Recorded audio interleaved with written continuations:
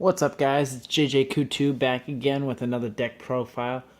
This one I keep in my back pocket. I bring two decks to locals. I bring the deck I'm playing and a spare deck in case I forget a card or my friend forgets his deck, which happened this last week.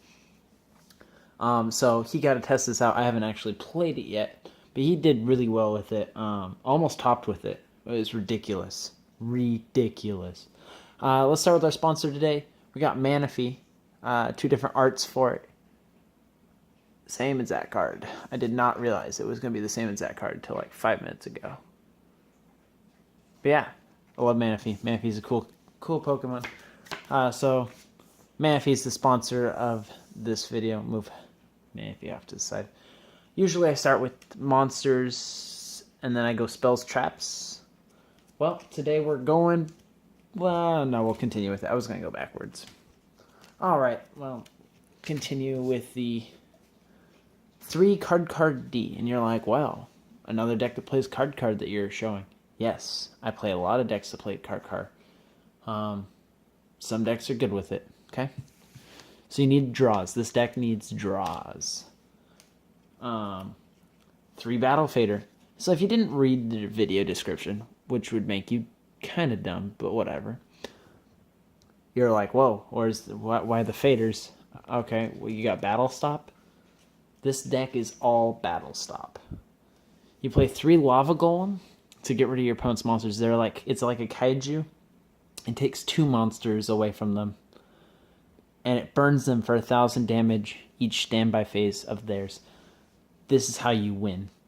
Basically, you give them the Lava Golem, and then you stall. And they burn themselves to death with the Lava Golem. It's so funny. So on top of that, we're playing 2 Marshmelon. So when they attack Marshmelon, it's gonna flip up and they're gonna take 1,000 damage. Again, you give them a little bit of damage. You give them a Lava Golem. Bada beep, bada boop. Within 8 turns of having Lava Golem, or is it? Yeah. Within 8 turns of having Lava Golem, they lose. So then I'm playing 1 Electromagnetic Turtle and 1 Effect Veiler. Hindsight, I'd like to change the Effect Veiler to another Marshmelon, but it's kind of fun to have a little little fun little card, because they don't expect you to have the hand trap. Move on. We got 3 Pot of Duality. Yeah, they're gonna see what you get. Big whoop. You grab a trap. You set 4 cards. Okay. No, they don't know which one it is. They just know you have it. So Pot of Duality. This deck, I had the 5 Piece of Exodia. They were bricking. You get like the left arm, the right arm, and you're like, oh god, if these were Battle Faders, I would have won. So I pulled them out. This deck relies on getting some way to stop battle each turn. So we got 1 day apiece. You get a draw card, you stop battle. You can legitimately, if you open 1 day apiece, you just go 1 day apiece past turn. And they're like, what are you playing? What the heck? Okay. Upstart Goblin. Just a deck thin. I don't like giving my opponents life points. I will set this. If I don't have to use it, I don't. Set it. Make them think it's a trap. Make them play around it. They MST it. They Twin Twister it. Oh, haha, joke's on you. If I need to draw, I activate it. Okay? I try to save it. I don't want to use it. Rigeki. I would like to swap these 2 out for the Scarecrow, the one you pitch from hand to negate the battle phase. I can't find mine, but they're a good filler for now. Then we got Foolish Burial to send the turtle to the grave. If you have already drawn turtle and you set it as a monster, and that you want them to attack it, send it to the grave, and you draw the Foolish Burial, it's dead. You just set it. Let them think it's a trap. Make them play around things, you know? Fun stuff. So then we got traps. We got a lot of traps. We got 3 Magic Cylinder. I'd like to swap it up so there's only 2, but again, you're doing a lot of damage back to your opponent if you activate it at the right time. So I play 3 at the moment. We got 3 Waboku, 3 Threatening Roar. Stop the battle. That's the key of this deck is just make them stop attacking. Don't let them attack, because you want your life points and you'll burn them for theirs. Grand Horn of Heaven at 2 main decked. I don't like that, but it's kind of necessary. Sometimes you gotta stop something, because if they're gonna Armades you or Lightning, you're gonna lose. Except Lightning can't get over Marshmallow. Fiendish Chain, and again, sometimes it stops one monster from attacking, and it can also stop one of those bad effects from going off. We're playing. Oh, sorry. Whoa, tipsy here. Playing 2 Quaking. I can't find my 3rd Quaking. I have 3. Playing 2, I want to swap one of the Fiendish Chains for a Quaking. I'll play Fiendish Chain at 1. I have Drowning at 1. If I owned 3, I would play 3. I only have 1. Play as many Drowning in this deck as you can. It's very, very good. 1 Floodgate, because it's a very good card. If they Pendulum Summon 5, GG. They Soul Charge for 3, GG. Their field's going to be so clogged, then you're just going to have targets for your Lava Golem. I think I called it Acid Golem at some point in this video, which I feel bad. I'm sorry.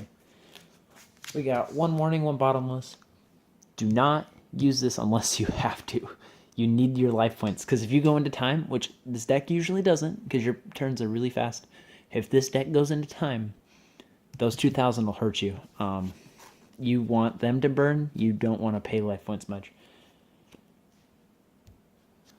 And we got 1 Vanity's Emptiness. It doesn't stay on the field very long, unless you have Marshmallow, and that's how you're stopping the battle. And then it can stay on the field for quite a bit. But other than that, you're going to activate a trap. And, the trap goes to grave. Vanities goes to grave. So, unless you have Battle Fader, you can go whoop, and when it leaves the field, it gets banished. So, Vanities will stay. You can't Battle Fader with... Nah, if you activate Vanities after Battle Faders, that's what I'm saying. You Battle Fader and then Vanities. Vanities will stay when Battle Fader leaves. Man, that could have been... I don't want to redo the video for that. Okay, guys. Really fun deck. I'd show you some play of it, but without an actual person dueling me. And also without another 20 minutes. You're just gonna... No, we're just not gonna do it. But trust me when I say, the opponent does not like this. This is the deck to kind of get back at your locals. When everybody's playing the freaking Blue Eyes deck, this is the deck that can just topple over Blue Eyes without doing anything. This is the deck that nobody's prepared for. It's a very fun deck. Pretty budget. I know some of those Magic Cylinder cards, those... Quaking was pretty expensive. But you can always swap out for regular Magic Cylinder. Swords of Revealing Light, that's a card I'd like to put in here, but I just don't have the room for it. Swords is pretty good. So, again, it's a very fun, very budget deck. There's a lot of interchangeable things. Maybe you're like, man, what if I get 2 Marshmallow on the field? Play a rank 3, that's good. I want to put the only extra deck I really put to the deck was the Fortune Tune, or whatever it is, the one that gives you 400 life points at your standby phase, and it can detach so it's not destroyed.